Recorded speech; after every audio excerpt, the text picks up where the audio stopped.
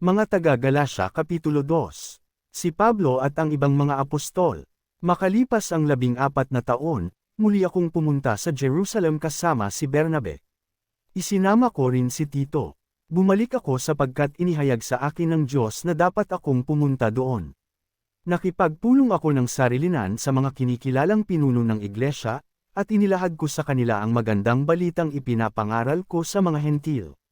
Ginawa ko ito dahil ayaw kong mawalan ng kabuluhan ng aking ginawa at ginagawa pa.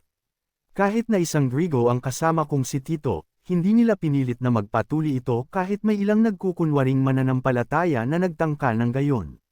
Nakihalubilo sila sa amin upang manmanan ang kalayaang taglay natin kay Kristo Jesus, upang kami muli nilang maalipan.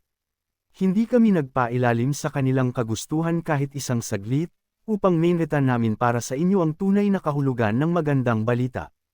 Ngunit walang idinagdag sa aking ipinapangaral ang mga kinikilalang pinuno, hindi mahalaga sa akin kung sino man sila, sapagkat walang itinatangi ang Diyos.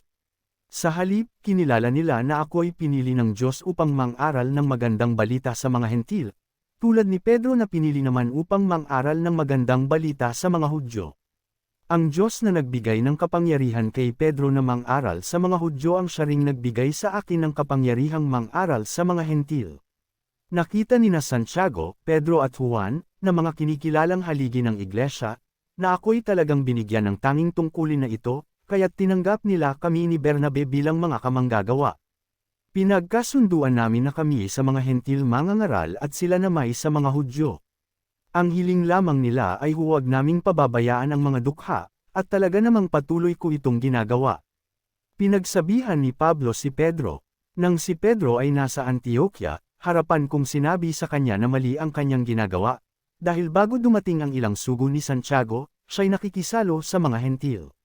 Subalit nang dumating na ang mga iyon, lumayo na siya at hindi na nakisalo sa mga hentil dahil sa takot niya sa pangkat ng mga Hudyo na nagbibigay diin sa pagtutuli. At gamaya naman sa kanya ang ibang mga kapatid doon na mga Hudyo, pati si Bernabe ay natangay ng kanilang pagkukunwari. Nang makita kong ang kanilang ikanikilos ay hindi ayon sa tunay na diwa ng magandang balita, sinabi ko kay Pedro sa harap nilang lahat, kung ikaw na isang Hudyo ay namumuhay na parang hentil at di bilang Hudyo, bakit mo ngayon pinipilit ang mga hentil na mamuhay gaya ng mga Hudyo? Pinapawalang sala dahil sa pananampalataya. Kami ipinanganak na Hudyo, at hindi makasal-an ang hentil. Gayunman, alam naming ang tao'y pinapawalang sala dahil sa pananampalataya kay Jesu Kristo, at hindi dahil sa pagsunod sa kautusan. Kaya't kami rin ay sumasampalataya kay Kristo Jesus upang mapawalang sala sa pamamagitan ng pananampalataya sa Kanya, at hindi sa pamamagitan ng pagsunod sa kautusan. Sapagkat ang tao'y hindi pinapawalang sala dahil sa pagsunod sa kautusan. Ngunit kung kaming nagsisikap na mapawalang sala sa pamamagitan ni Kristo ay matagpo ang makasalanan pa, nangangahulugan bang si Kristo ay tagapagtaguyod ng kasalanan? Hinding-hindi, ngunit kung itatayo kong muli ang winasak ko na, ipinapakita kong makasalanan nga ako. Ako'y namatay na sa kautusan sa pamamagitan rin ng kautusan upang ngayoy mabuhay para sa Diyos. Namatay na akong kasama ni Kristo sa krus. Hindi na ako ang nabubuhay ngayon kundi si Kristo na ang nabubuhay sa akin.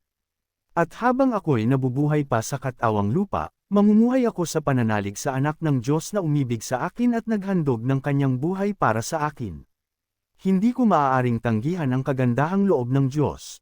Kung ang tao'y mapapawalang sala sa pamamagitan ng kautusan, walang kabuluhan ang pagkamatay ni Kristo.